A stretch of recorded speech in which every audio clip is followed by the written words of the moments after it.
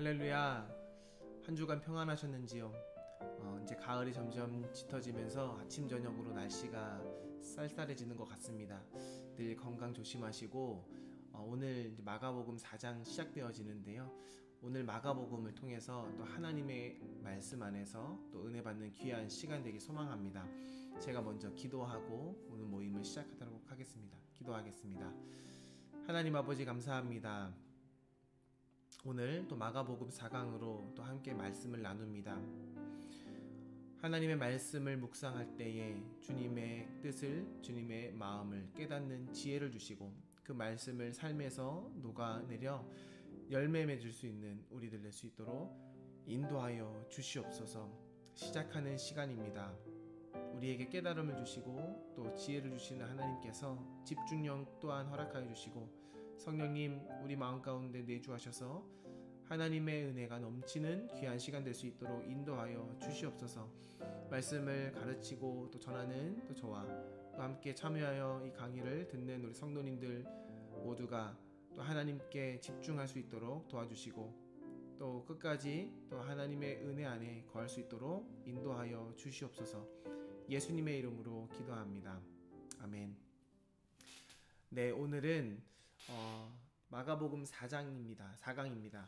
지난주에 우리 마가복음 3강 하면서 죄와 회개, 믿음이라는 주제로 우리가 함께 그 의미를 살펴봤는데요. 오늘은 하나님 나라와 로마 제국 그리고 하나님의 영이신 성령님에 대한 큰 주제를 가지고 함께 살펴보고자 합니다. 마가복음에서는 하나님의 나라를 무엇이라고 하는지, 그리고 예수님의 영, 하나님의 영, 성령님을 마가복음은 뭐라고 하는지 함께 살펴보려고 합니다.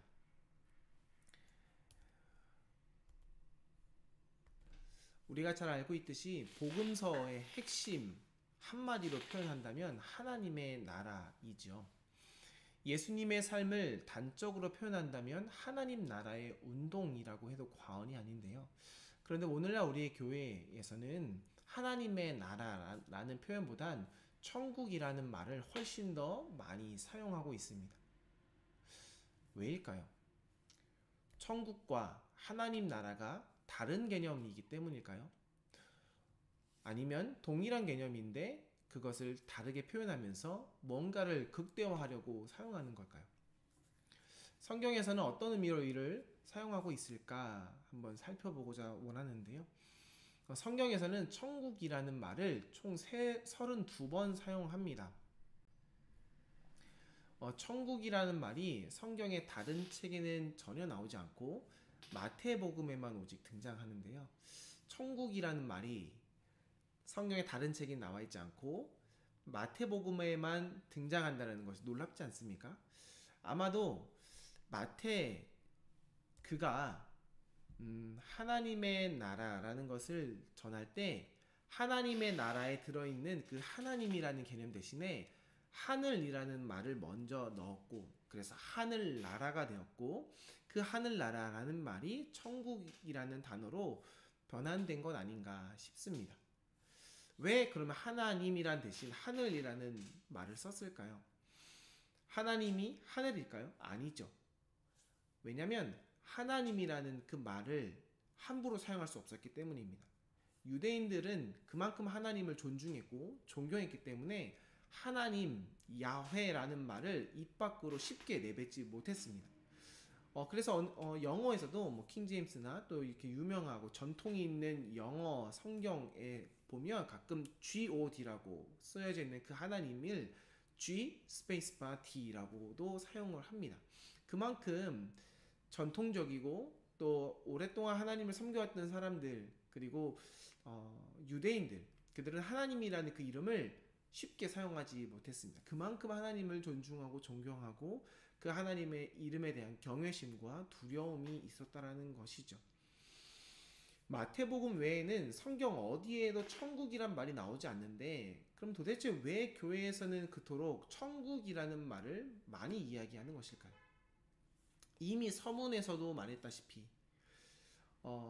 마태복음을 받은 초대교회, 그 초대교회가 천국이라는 말을 사용했고, 그리고 그것이 후대교회로 이어져 내려와서 오늘날 우리에게 이 천국이란 단어가 굉장히 익숙하고 친숙한 워딩으로, 표현으로, 우리 믿음을 담긴 고백으로 지금 사용되어지는 것 아닌가 싶습니다.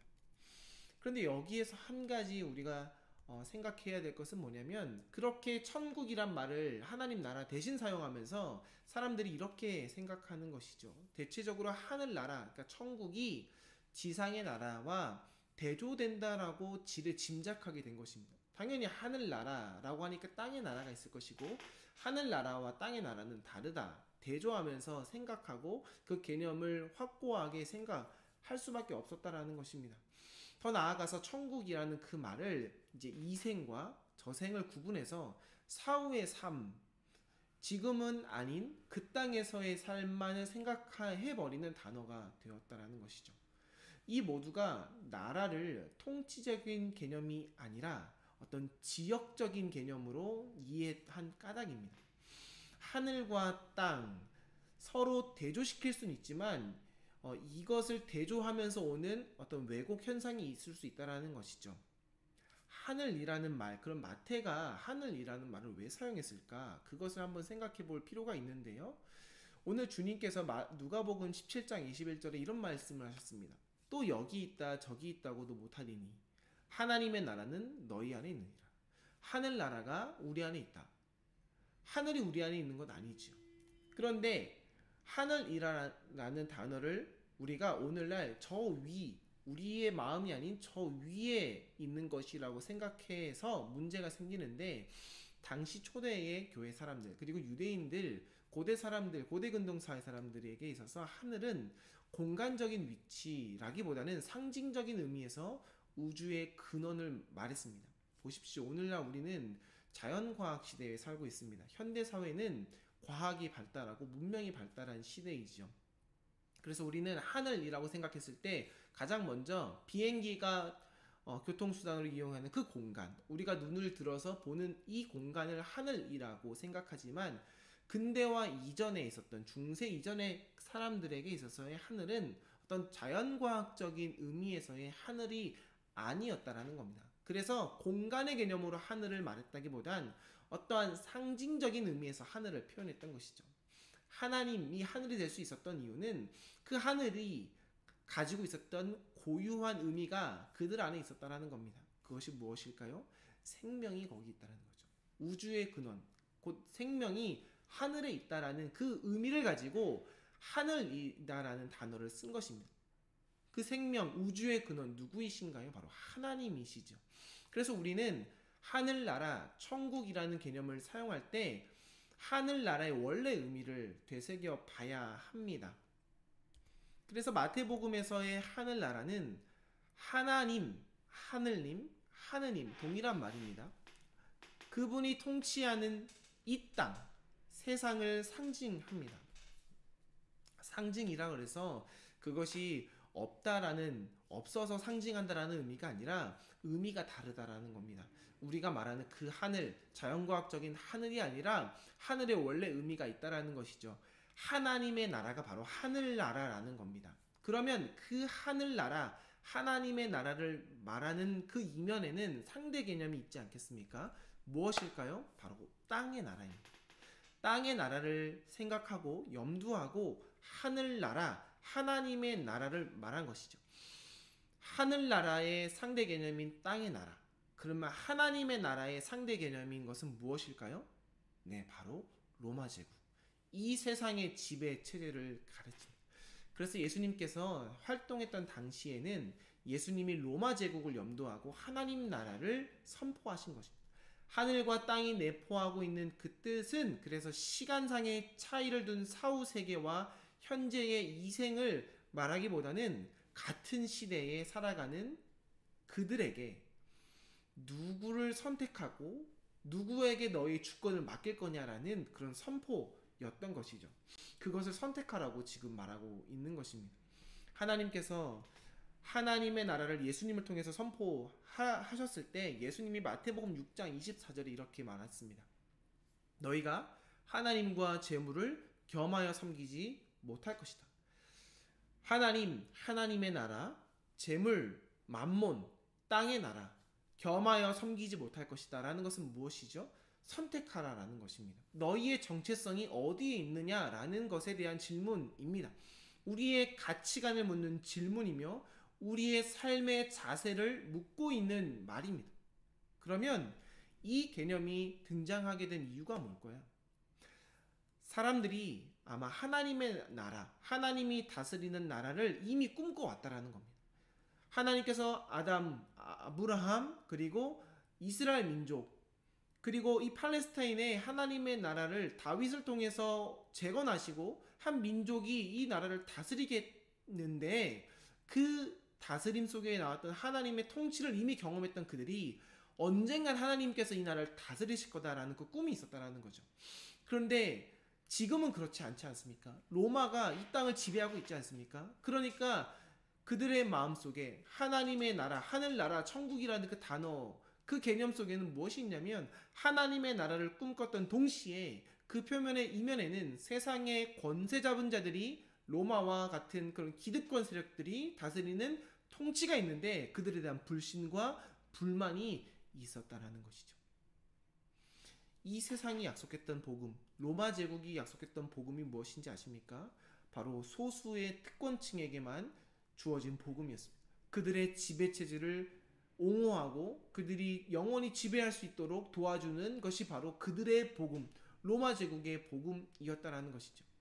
그런데 하나님 나라의 복음은 무엇입니까? 대다수의 농민들, 그리고 헐벗은 군중들, 굶주린 자들, 소외된 자들, 고통 속에 있는 자들을 향한 복음이었습니다. 그들을 향해서 예수님은 하나님의 나라를 전한 것이죠. 그래서 오늘 우리가 기억해야 될 하나님의 나라 천국은 우리가 이 땅에서의 삶을 마감하고 저생에 사후의 삶을 대변하는 것이기도 하지만 뿐만 아니라 주님은 지금 이 순간 우리가 살아가는 지금 이 땅에서도의 하나님의 나라를 언급하고 있다는 것입니다. 그러니 오늘의 삶이 중요하다는 것이죠. 오늘의 삶, 나아가서 죽음 이후의 삶이 서로 연결되어 있다는 것을 우리는 기억해야 됩니다. 그래서 우리가 그 당시, 마가가 쓰여졌던 당시, 예수님께서 하나님의 나라를 전했던 그 당시 그리스와 로마 시대에 대한 배경을 잠시 살펴볼 필요가 있습니다. 신약 성서의 배경이 되는 지중해를 낀 그리스 로마의 시대 사회 구조는 가족을 기본으로 했던 사회 구조였습니다. 오늘날 우리는 개인주의 사회이지 않습니까? 그런데 반면 그 당시 2000년 전에는 가족을 기본으로 사회가 돌아갔습니다. 그래서 그들에게 있어서 명예와 또 반대로 수치가 한 개인에서 시작해서 개인으로 끝나는 것이 아니라 가족 단위로 이루어졌습니다. 이렇게 가족과 혈통을 중시했던 당시의 사회에서는 개개인의 잘못이 그냥 개개인에서 끝나는 것이 아니라 가족 구성원들에게까지 굉장한 영향을 끼쳤죠. 이 말은 다른 말로 말하면 한 사람이 성공하면 그 가족도 성공하는 것이요, 한 개인이 실패하고 개인이 노예가 되면 그 가족도 몰락한다라는 것입니다. 그래서 당시에 혈통이 굉장히 중요했는데 그 혈통은 무엇이었냐면 연대감, 소속감을 부추기는 기본 질서를 이룬다면 정치, 한 사람이 정치에 나선다라는 것은 힘과 권력을 바탕으로 모든 방면에서의 영향력을 끼치는, 그래서 그 한 사람이 사회적 규범까지 형성하는 것을 바로 정치 활동이라고 여겼습니다. 또 종교는 무엇입니까?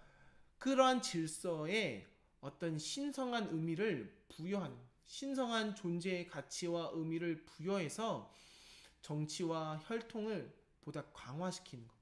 그리고 당시의 권력, 군대, 그것은 그 모든 것을 유지시키기 위한 수단이었습니다. 그러니까 당시 로마 체계를 이끌어갔던 하나의 권력은 뭐냐면 혈통과 정치와 종교, 군대 모든 것들을 활용해서 그들의 기득권을 유지하고자 했다라는 것이죠.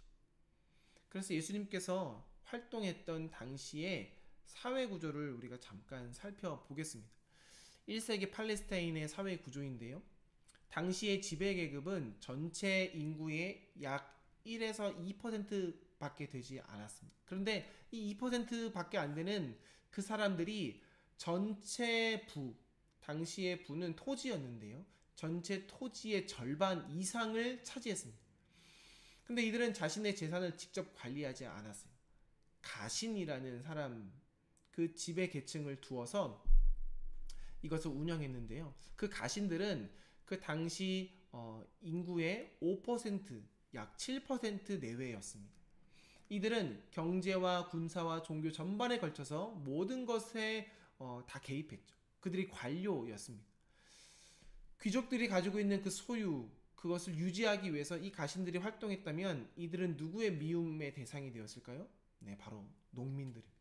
그들은 약 70에서 80%의 인구 비율을 가지고 있었습니다.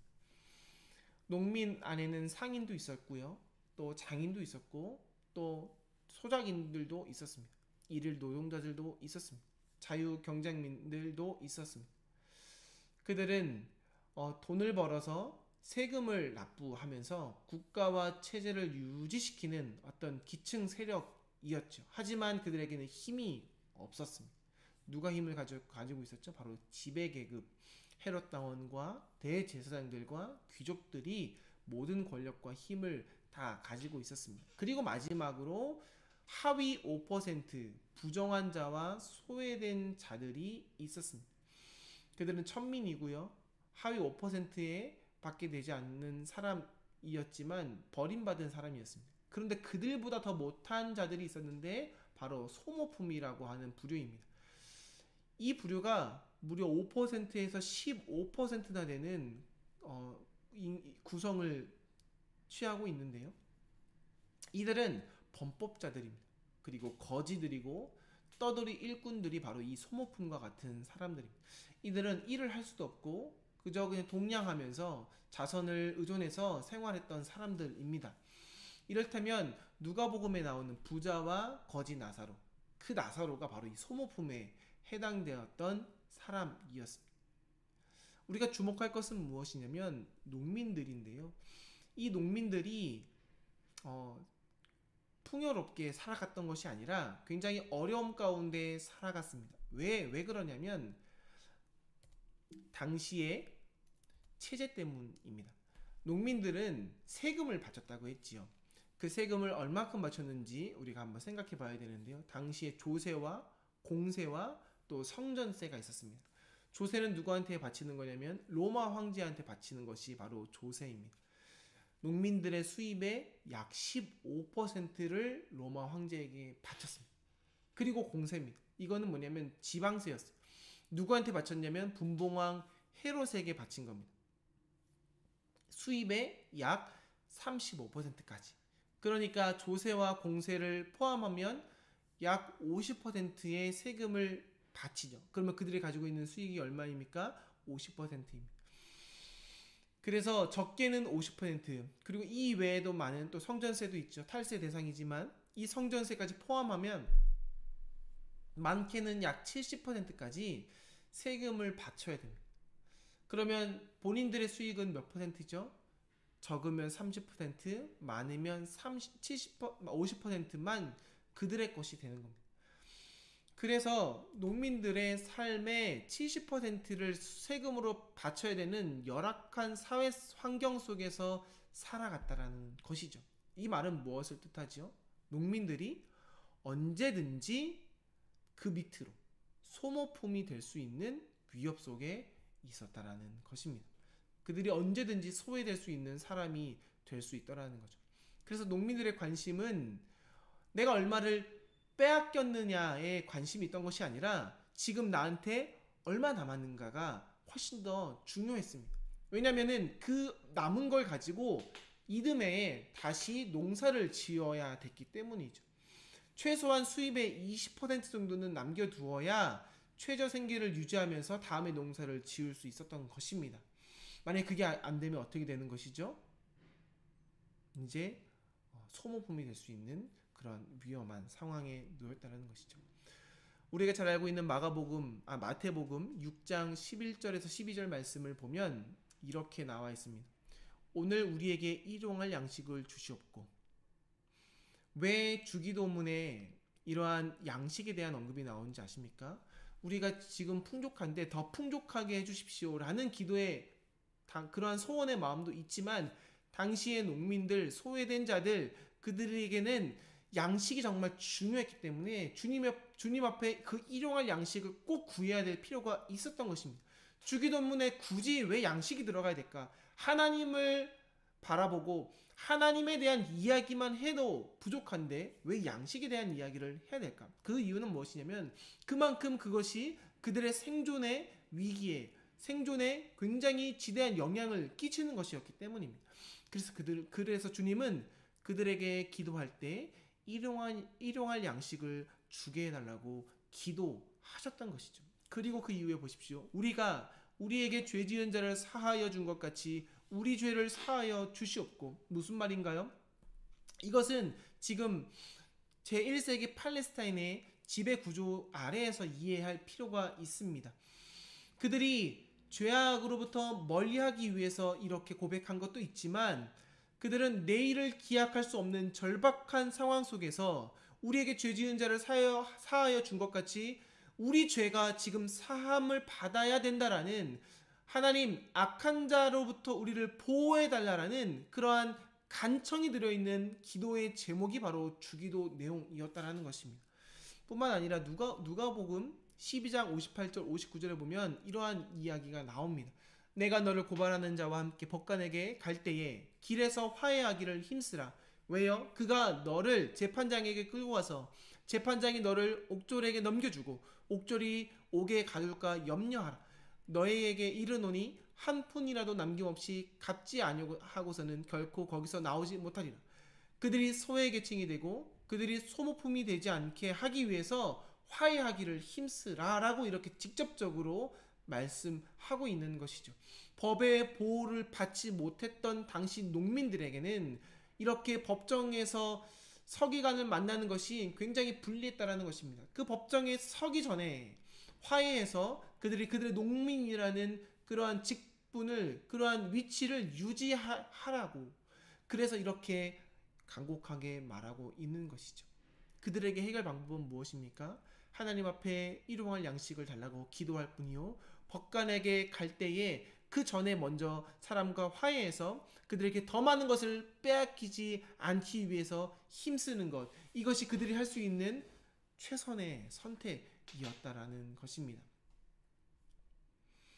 결론적으로 하나님의 나라는 그러한 로마 제국의 상황 속에서, 그러한 열악한 상황 속에서 상반되는 개념으로 하나님의 나라를 주님은 굉장히 현실에 참여적이고 굉장히 정치적인 언어로 선포했다라는 겁니다. 단순히 우리가 예수를 주라 고백하고 천국에 가는 것, 그것도 중요하지만 그것을 넘어서서 이 땅에서의 그 하나님의 나라, 공의와 정의가 임하는 그 하나님의 나라를 주님은 선포하고 있었다라는 사실을 우리는 기억해야 된다라는 것이죠. 그 하나님의 나라를 주님은 마가복음의 서두에 선언하신 것입니다. 그러면 그 하나님의 나라에 참여하는 자들에게 선언하는 그 예수님의 그 말씀이 이루어졌을 때 주님 혼자 그 일을 행하셨을까요? 아니죠. 바로 하나님의 영이 예수에게 임하여 하나님의 나라를 선언했습니다. 그래서 우리는 마가복음에 기록된 하나님의 영인 성령, 그 성령에 대한 이해를 다시 회복할 필요가 있습니다. 마가복음에는 성령이란 단어가 총 23번 나옵니다. 그런데 이 단어가 여러 형태로 쓰였는데요, 우리가 이것을 좀 주목해 보자면 성령이란 단어와 예수의 영, 그리고 더러운 영이라는 표현으로, 또 성령 세례라는 표현으로 이렇게 23곳에 기록되어져 있습니다. 그런데 헬라어 성경과 영어 번역본과는 달리 한국어 번역본에는 모두 성령으로 번역되어 있습니다. 성령, 예수의 영, 예수의 마음, 그리고 더러운 영, 말 못하는 영, 그리고 세례받은 후 일어날 때 그 성령, 이렇게 다양한 언어로 헬라어로 쓰여져 있는데 반해 우리가 오늘날 읽고 있는 개역개정 성경에는 단지 성령이라는 한 단어로만 이 모든 23개의 단어가 다양하게 표현된 이 단어가 쓰여져 있다는 것이죠. 왜 이런 차이가 생겼을까요? 우리가 성령이란 단어가 다양한 의미로 쓰여져 있는데 성령이라고 쓰여져 있던 이유는 잘 모르겠지만 그 이유를 파헤치기보다 우리가 더 본질적으로 헬라어 그리고 영어 원어에 쓰여져 있는 그 성령의 의미를 파악할 때 오늘 마가복음에 기록되어져 있는 예수님의 영의 본의를 우리가 깨달을 수 있다는 것입니다. 그래서 우리가 마가복음에 기록된 성령의 이해를 좀 도모하고 싶은데요.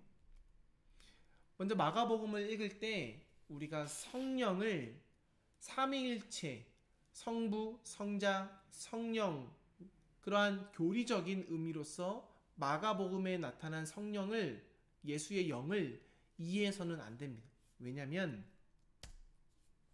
삼위일체 교리는요 마가복음이 쓰여진 다음 무려 한 약 300년이 지난 후에 교부들에 의해서 당시 교회에 의해서 정립되었기 때문입니다. 그러니까 300년 뒤에 생겨진 삼위일체의 교리를 가지고 마가복음을 이해한다? 그것은 마가복음 원 저자가 예수님의 영, 성령에 대해서 기록했던 본의와는 어느 정도 괴리가 있다라는 것이죠. 그래서 첫 번째로 마가복음에 나타난 성령을 이해할 때 우리는 예수님과 하나님 그리고 성령님 그 개념에 대해서 서로 분리해서 이해할 필요가 있는데요. 먼저 예수님과 하나님을 동일시하는 개념이 마가복음에 전혀 나타나 있지 않다라는 것을 우리가 인지해야 됩니다. 삼위일체 교리에서 말하는 성부, 성자, 성령이라는 표현 역시 어디에도 나와 있지 않습니다. 어디에 나와 있죠? 우리가 잘 알고 있는 마태복음에 나와 있죠. 마태복음에 보면 그러므로 너희는 가서 모든 민족을 제자로 삼아 아버지와 아들과 성령의 이름으로 세례를 베풀고, 아마 초대 교부들이 삼일체 하나님에 대한 그 교리를 확립할 때 마태복음 28장 19절 말씀을 인용한 것 같습니다. 근데 우리가 알고 있다시피 마태복음과 누가복음은 마가복음이 쓰여진 이후에 쓰여진 서신이죠. 그러니까 마가복음에 나타난 성령, 그것은 삼위일체를 근거로 한 성령이 아니라는 겁니다. 또 한 구절 볼까요? 고린도후서 13장 13절에 우리가 축도할 때 많이 인용하는 구절인데요. 주 예수 그리스도의 은혜와 하나님의 사랑과 성령의 교통하심이 너희 무리와 함께 있을지어다. 여기서 보면 예수 그리스도의 은혜와 하나님의 사랑과 성령의 교통하심, 이 표현이 다 다릅니다. 다양한 수식어로 쓰여져 있습니다. 그러니까 무슨 말이냐면 어떠한 통일성이 없죠. 예수, 하나님, 성령, 이 세 삼위에 대한 그 수식어가 다르다는 것은 어떤 통일성이 없고 서로 비교의 대상이 아닌 각각의 객체로서, 각각의 인격으로서, 객체가 아니죠, 인격으로서 그 존재의 가치가 있다라는 것입니다. 너무 어려운 말인데요.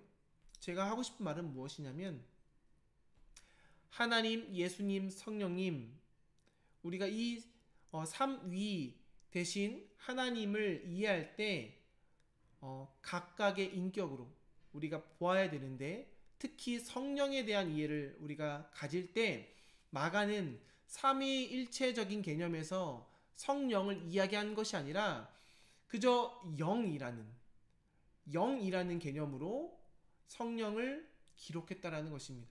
삼위일체의 한 하나님으로서의 성령이 아니라 한 영으로서, 그럼 그 영이 뭘까? 그것에 대해서 우리가 알아볼 필요가 있는데요. 먼저 성령을 삼일체 교리 안에 있는 성령이 아니라 그저 영이라는 개념으로 우리가 접근해야 된다라는 것이죠. 이것이 바로 마가복음에 쓰여져 있는 성령의 이해의 시작입니다. 그 두 번째는 무엇이냐면 성령에 대해 이야기할 때 하나님 나라와 땅의 나라를 서로 구분해서 대조해서 말했듯이 성령에 대해서 말할 때 그 성령의 반대급부, 상대 개념을 염두하고 이해해야 됩니다. 우리말 성경에 성령은 헬라어 원어로 그 성령이라는 그 의미가 한국어의 또 다른 번역본으로 더러운 귀신이라고도 번역이 되어 있습니다. 성령과 더러운 귀신이 같은 영일까요? 아니죠. 그런데 헬라어로는 동일한데 번역이 다르게 되어 있습니다. 헬라어로는 푸뉴마라는 그런 영인데 그 언어가 두 가지 단어 성령 그리고 더러운 귀신으로 번역하고 있습니다. 그래서 영과 귀신, 성령과 더러운 귀신이 같은 비교 대상이고 같은 영인가? 라고 착각할 수 있지만 그것을 말하는 것이 아니라 영 자체가 한편으로 거룩한 영이 될 수 있고 그 영이 더러운 영이 될 수 있는 것이라는 것이죠. 굉장히 가치 중립적인 것이 바로 영이라는 것입니다. 그러니 영이 선한 쪽으로 선을 행하는 그리고 선의 편에 쓰면 바로 거룩한 영이 성령이 되고 그 영이 부정한 쪽으로 치우친다면 그것이 바로 더러운 귀신이 된다라는 것이죠. 그러니까 영이라는 개념이 삼일체의 하나님의 영, 하나님, 사비 하나님, 성령 하나님의 개념이 아니라 어떠한 그 영은 그 존재를 드러내는 존재의 근원이라는 것입니다. 세 번째, 당시의 히브리인들, 전통 유대인들은 영에 대한 인식이 없었습니다. 본래 히브리 사상이나 히브리인들의 생각 속에는 천사나 악마와 같은 영적 존재나 부활, 심판 등의 개념은 없었습니다. 그럼 이것이 어디로부터 나왔느냐? 조로아스터교를 통해서 이것이 기독교에 들어온 것이죠. 페르시아에서 시작되어진 조로아스터교의 영향을 받은 이후에 기독교 안에, 유대인들 안에 이 개념이 들어오게 된 것입니다. 언제죠? 바벨론 포로기를 거치면서 페르시아에 갔던 그 유대인들이 조로아스터교를 보게 되고 접하게 되고 그들의 영향을 받아들이게 되면서 영향을 받게 되면서 악마라는 그리고 영적 존재라는 그런 개념을 그들의 신앙 안에 하나씩 체계화시켜 나간 것입니다. 조로아스터교를 제외하곤 우리가 살펴본 어느 문화 그리고 어떤 유대교의 그런 믿음 안에도 악마의 개념, 그런 개념, 더러운 귀신의 개념은 없었다라는 것입니다. 그렇다면 고대 히브리 사상에는 영이란 개념이 아예 없었을까요? 아니죠. 히브리어로 영은 루아흐입니다. 이 루아흐라는 말은 바람, 호흡으로 번역되고 이 바람은 당시 신의 하나님의 숨결, 호흡으로 이해되었습니다. 당시 우주관에서 바람은 하나님의 영인데요. 그 하나님의 영인 바람이 바로 하나님의 생명을 담아 인간의 몸속으로 들어가게 되고 그것이 바로 하나님의 창조의 이야기로 소개되어 있지요. 우리가 잘 알고 있는 창세기 2장 7절에 보면 여호와 하나님이 땅의 흙으로 사람을 지으시고 생기, 네샤마라는 생기를 인간의 사람의 코에 불어넣으니 사람이 생명이 되니라. 여기서 생명은 네페시하야라고 합니다. 그러니까 생기, 바람, 그것은 루아흐, 하나님의 영, 하나님의 호흡, 하나님의 숨결이라는 것이죠. 그것이 사람에게 들어오자 사람이 생명이 되게 된 것입니다. 이 생명, 네페시 하야라는 그 생명, 또 다른 말의 의미로 보면 욕망이라고도 표현하게 되는데요. 이건 부정적인 의미에서의 욕망이 아니라 인간으로서의 자유의지를 가지고 있는, 하나님의 형상이 우리 안에 내주한, 하나님의 형상으로 창조된 자가 바로 사람인데, 그 사람 안에는 두 가지의 욕구가 있다라는 거죠. 하나님의 형상으로서 살아가는 욕구와, 그리고 욕망으로서 자기 의지대로 자기의 선택대로 살아가고자 하는 욕구. 그러니까 하나님의 영은 이 두 가지가 다 있다라는 것입니다. 이 두 가지를 중에 우리가 무엇을 선택하느냐에 따라 하나님의 형상대로 살아갈 수 있고, 반대로 하나님의 형상이 아닌 우리의 욕망대로 살아가서 하나님과 상관없는 땅에 종속된 사람으로 살아갈 수 있다라는 것이죠. 그리고 또 한 가지, 욥기 33장 4절에 보면 하나님의 영이 나를 지으셨고 전능자의 기운이 나를 살리시느니라. 욥기 33장에 나와 있죠. 하나님의 영이 나를 지으셨다라고 합니다. 왜 이런 개념이 히브리인들의 안에 있었을까요? 그들은 영에 대한 인식이 있었기 때문입니다. 그 영이 악마의 영, 더러운 귀신, 그리고 조로아스터교에 있었던 그러한 추상적인 악마의 개념이 아니라 그들이 생각했던 영, 그들이 생각했던 하나님의 나라는 보다 현실적이고 실제적이었다라는 것이죠. 조로아스터교가 말했던 그런 영과 악마는 추상적이고 비현실적인 것이었습니다. 그런데 그것은 하나님의 나라를 설명하기에는 굉장히 좋은 개념이었기 때문에 바벨론 포로기의 사람들이 차용했던 것이고, 원래 유대인들은 하나님의 영을 현실적인, 우리 인간이 존재하게 된 그 이유를 바로 거기에서 찾았다는 것은 우리의 영은 우리의 몸과 깊은 연관성 속에 있다라는 것을 반증하고 있다라는 것이죠. 그래서 조금 더 깊게 한번 이야기해보고자 합니다. 영과 영혼의 관계에 대해서 우리 사도 바울은 뭐라고 말했는지 한번 살펴보자면, 데살로니가전서 5장 23절에 평강의 하나님이 친히 너희를 온전히 거룩하게 하시고 또 너희의 온 영과 혼과 몸이 우리 주 예수 그리스도께서 강림하실 때 흠없게 보존되기를 원하노라. 우리가 너무나 잘 알고 있는 말씀이죠. 영과 혼과 몸이라는 이 표현. 그래서 사람들은 영과 혼과 몸이 구분되어 있는 것 아닌가라고 생각하지만, 바울이 이렇게 말한 것을 두 가지의 의미로 이야기할 수 있을 것 같습니다. 하나는 무엇이냐면 이것을 구분해서 이해하는 사람이 있고, 또 하나는 강조하는 겁니다. 영과 혼과 몸을 구분했다라는 것은 우리 인간의 몸이 그만큼 복잡하고, 그리고 우리가 하나님의 영과 어떻게 연관되어 있는지를 설명하기 위해서 영과 혼과 몸을 구분해서 이야기했다라는 것이죠. 그런데 실질적으로 성경에서는 이에 대한 명확한 구분을 하고 있지 않습니다. 바울이라는 주님의 제자만이, 그리고 그만큼 신학적으로 조리 있게 그리고 조직적으로 설명할 수 있는 그 사람만이 영과 혼과 몸에 대해서 구분했지, 일반적으로 성경에서는 이에 대한 명확한 구분을 하고 있지 않다라는 겁니다.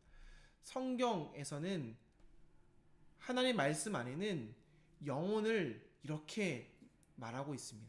마가복음 8장 35절에서 보면 누구든지 자기의 목숨을 구원하고자 하면 잃을 것이요 누구든지 나와 복음을 위하여 목숨을 잃으면 구원하리라. 사람이 만일 온 천하를 얻고도 자기 목숨을 잃으면 무엇이 유익하리요?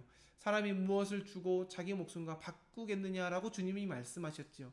성경에서 이렇게 말하고 있는, 여기서 나와 있는 목숨, 이것이 무엇을 뜻할까요? 우리의 목숨은 우리의 영혼과 깊은 연관성 속에 있다라는 겁니다. 영과 혼과 몸, 이것은 굉장히 복잡하지만 서로 연관되어 있는 무언가. 그런데 성경에서는 이것을 명확하게 설명하고 있진 않지만 우리의 목숨이 끊어지면 우리는 죽을 거다라는 그런 표현을 성경에서 하고 있다라는 것이죠. 영과 영혼, 영과 영혼, 영과 혼, 이 두 가지를 우리가 먼저 이해해야 우리가 가지고 있는 이 몸과 이 영혼과의 관계를 깨달을 수 있는데요. 여기서 영 그리고 영혼, 이 두 가지의 의미는 이렇게 말할 수 있을 것 같습니다. 영은 영혼을 통해 그 존재를 드러낸다. 영혼이 없다면 우리는 영을 느낄 수가 없다는 것이죠. 바울이 영과 영혼, 몸을 나눈 이유는 뭐냐면 하나님의 영은 우리가 볼 수도 없고 만질 수도 없고 인식할 수도 없는데 우리 안에 영혼이 있기 때문에 그 영을 느낄 수 있다는 거죠. 그 영혼이 우리 몸 안에 있다는 것을 말하고 있는 겁니다. 그만큼 복잡한 존재가 우리인데 우리가 하나님을 어떻게 인식할 수 있느냐? 우리 안에 영혼이 있기 때문에 영이신 하나님을 우리가 느낄 수 있다는 것을 바울이 설명하고 있는 것이죠. 하나님이 우리에게 자신을 계시할 때 우리가 그 계시를 어떻게 깨닫느냐? 우리 안에 영혼이 있기 때문이라고 하는 것입니다. 내가 느끼고 생각하고 또 외부로 발산하는 그 힘과 능력의 주체를 영혼이라고 할 때 그 영혼의 원천에 해당하는 것이 바로 영입니다. 그 하나님의 영, 요한복음 4장 24절에는 이렇게 말하죠. 하나님은 영이시니 예배하는 자가 영과 진리로 예배할지니라. 하나님이 영이시죠. 우리가 어떻게 영과 진리로 예배할까요? 우리의 몸이 있고 우리 몸속에 우리의 영혼이 있기 때문입니다. 그래서 우리는 하나님에게 예배할 수 있죠. 영과 진리로 예배할 수 있다라는 겁니다.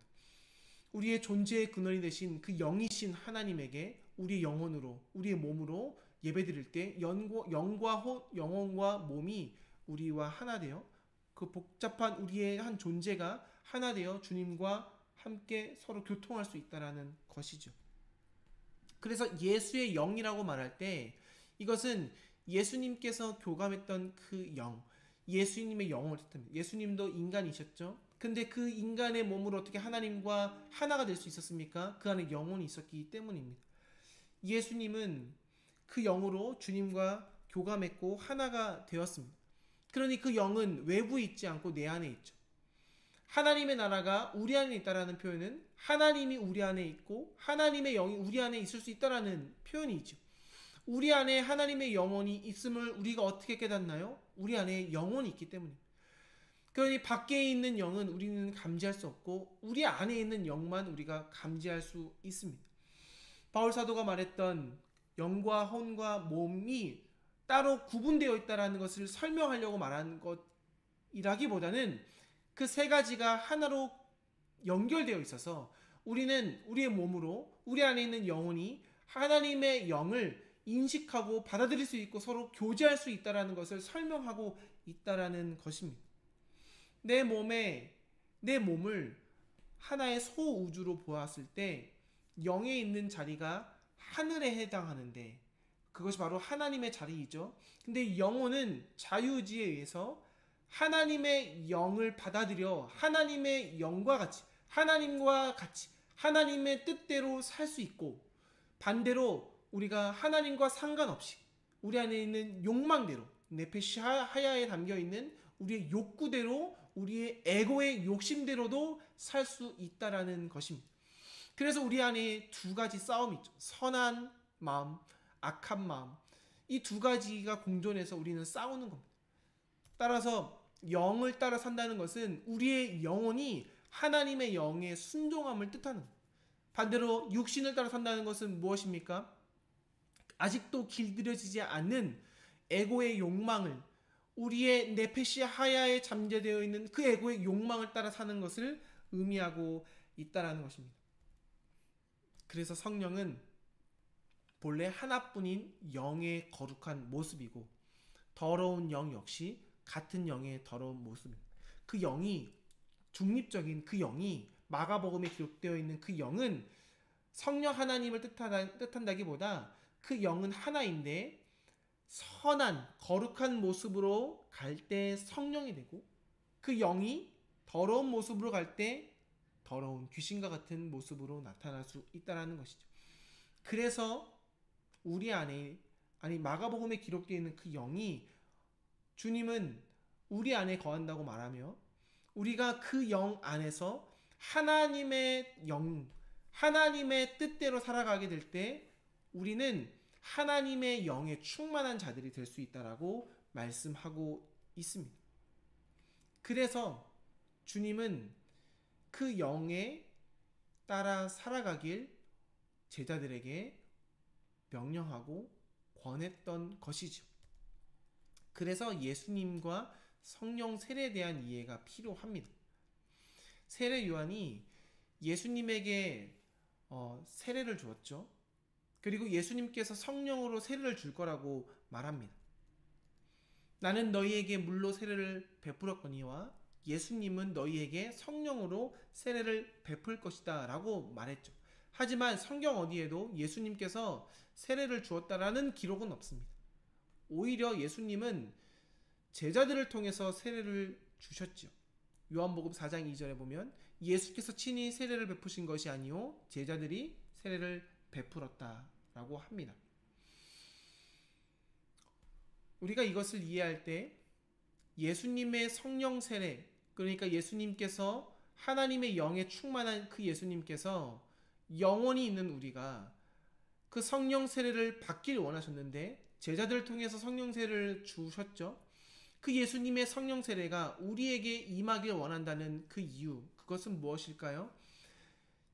세례 요한이 주었던 그 물 세례는 죄를 씻는 상징적인 의미를 가지고 있는 세례였다면 주님이 제자들에게 주었던 세례와 그리고 제자들을 통해서 우리에게 주어지는 그 성령 세례, 주님이 직접 주었는지 안 주었는지 그건 중요하지 않고 중요한 것은 예수님이 성령 세례를 제자들을 통해서 주셨는데 그 주신 이유가 무엇이냐면 바로 이것입니다. 예수의 성령 세례는 옛것이 죽거나 사라지는 것이 아니고 우리 안에 있는 그 영이 거룩하게 나타나서 우리들의 삶이 단숨에 변화되는 것을 말하고 있는 것이죠.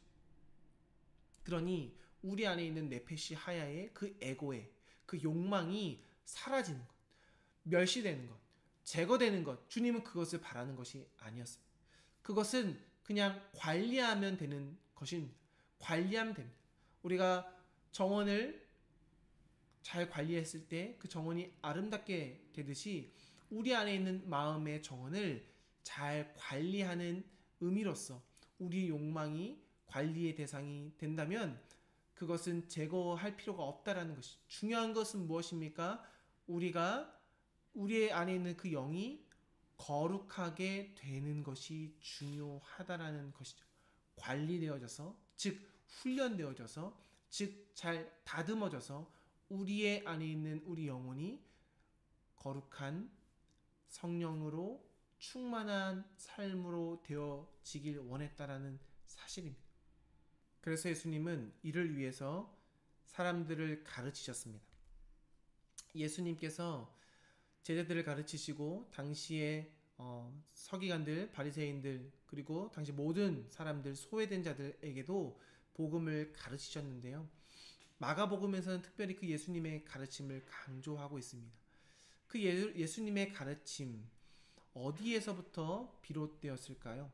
마가복음 1장 21절에서 28절에 보면은 예수님께서 첫 번째 공적인 행적을 안식일 회당에서 가르치면서 행하십니다. 그때 더러운 영을 내쫓는 장면이 나오는데요. 마가복음 1장 27절에 보면 이렇게 나옵니다. 그때 예수님이 더러운 영을 내쫓을 때 다 놀라 서로 물어 이릅니다. 이는 어찌 미냐 권위 있는 새 교훈이로다. 더러운 귀신들에게 명한즉 순종하는도다 하더라 라고 말합니다. 그때 예수님이 행하신 행적을 보며 사람들이 권위 있는 새 교훈이라고 말합니다. 이것을 표준세변역에서는 권위 있는 새로운 가르침이라고 말했고 공동번역에서는 권위 있는 새 교훈이라고 해석했습니다. 영어 성경인 NIV 성경에 보면 이렇게 나와 있습니다. A new teaching and with authority. 그러니까 이 구절을 다시 해석해 보면 예수님의 권위 있는 새 교훈은 권위에 따른 새로운 가르침이라는 것입니다. 여기서 말하는 권위가 무엇일까요? 한마디로 영을 가리킵니다. 주님은 그 영을 가르치셨습니다. 하늘로부터 내린 영을 주님이 내면 깊숙이 자리시키면서 주님이 먼저 하나님의 영과 만나 교제하기 시작하면서 그 영이 예수님의 권위가 된 것이죠. 그래서 예수님이 그 영을 받았을 때 어디로 갑니까? 광야로 가시죠. 거기서 훈련을 받으시고 그리고 나서 공생의 사역을 시작할 때 그 영이 권위로 그에게 나타난 것입니다. 예수님의 영혼이 거룩한 영, 곧 성령이고 그 영에 제대로 사로잡혀서 살아가신 겁니다. 그래서 예수님은 그 권위에 따라 꾸짖으며 그 더러운 귀신에게 말하죠. 그 사람에게 나오라. 그 사람에게 나오라 라고 권위 있는 말씀을 하십니다. 그래서 주님은 더러운 귀신, 악령을 쫓아내면서 단지 하나의 귀신만 내쫓은 것이 아니라 그 사람 내면의 안에 있는 땅의 나라, 그 사람 내면 안에 있는 지배체제의 영을 축출하고 그 안에 있는 욕망을 내쫓고 그가 하나님의 영으로 충만하게 만들었다라는 사실입니다. 이게 마가복음에서 말하는 하나님의 나라와 성령과 그리고 예수님의 그 권위가 연결되어져서 오늘 우리가 하나님의 영을 인지하고 하나님의 영을 받아들여서 그 하나님의 영과 교제하고 우리의 영혼이 하나님의 영을 깨달아 하나님의 뜻대로 살아갈 수 있는 유일한 방법은 무엇이냐면 권위 있는 새 교훈을 받아들여서 우리 안에 있는 우리의 영혼이 하나님의 영으로 충만해져서 세상을 다르게 살아갈 수 있다는 것입니다. 이것이 바로 오늘 마가복음에서 말하는 하나님의 나라요, 하나님의 영이 우리 안에 임하는 것이요, 마가복음이 말하는 영과 우리의 영혼과의 관계, 그리고 우리의 몸이, 우리의 존재가 믿음 안에서 새로운 출발을 할 수 있는 방법이라는 사실입니다. 오늘의 강의를 마치면서 간단하게 결론을 내리겠습니다. 하나님의 나라는 단지 우리가 죽어서 가는 나라만을 말하고 있지는 않습니다. 하나님의 나라는 지금 이곳에서 세상의 지배체제 아래 우리가 몸을 담고 있는 이 세상에서 맛볼 수 있고 경험할 수 있고 누려야 되는 나라라는 것입니다. 우리가 무엇을 선택하느냐에 따라 우리는 하나님의 나라의 백성으로 살아갈 수 있고 우리가 땅의 나라의 백성으로 살아갈 수 있다는 것이죠. 오늘 주님은 우리가 하나님 나라의 백성으로 살아가기 위해서 우리가 할 수 있는 것은 무엇이냐면 하나님의 영이신 성령께 우리의 영혼을 내어드려서 그 영을 받아들이고 예수께서 그 영에 충만하여서 세상에서 권위 있는 새 교훈을 선포하며 살아갔듯이 우리도 우리 안에 있는 영혼이, 우리의 몸 안에 있는 우리의 마음이 하나님의 영이신 성령을 받아들여 우리도 믿음으로 하나님 나라의 백성으로 이 땅에서 천국을 누리며 살아갈 수 있다는 것을 가르치고 있다는 것입니다. 오늘 이 말씀을 기억하면서 우리의 믿음 생활을 계속해서 승리로 이끌어갔으면 좋겠습니다. 이것을 기억하면서 오늘 기도하는 시간을 잠깐 갖고 제가 기도하고 오늘 강의를 마쳤으면 좋겠습니다. 제가 기도하겠습니다.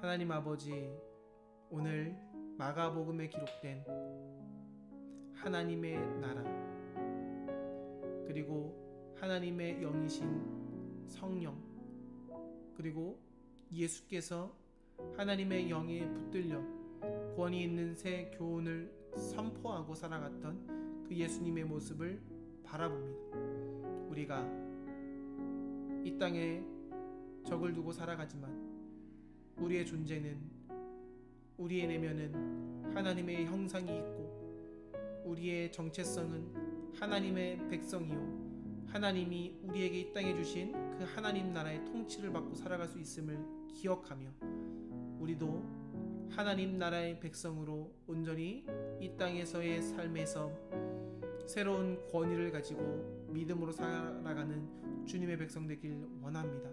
주님, 우리의 삶을 믿음 안에서 주님의 뜻대로 인도하여 주시옵소서. 감사드리오며 살아계신 우리 구주 예수님의 이름으로 기도드립니다. 아멘. 그럼 우리 다음 주에 또 인사드리겠습니다. 감사합니다.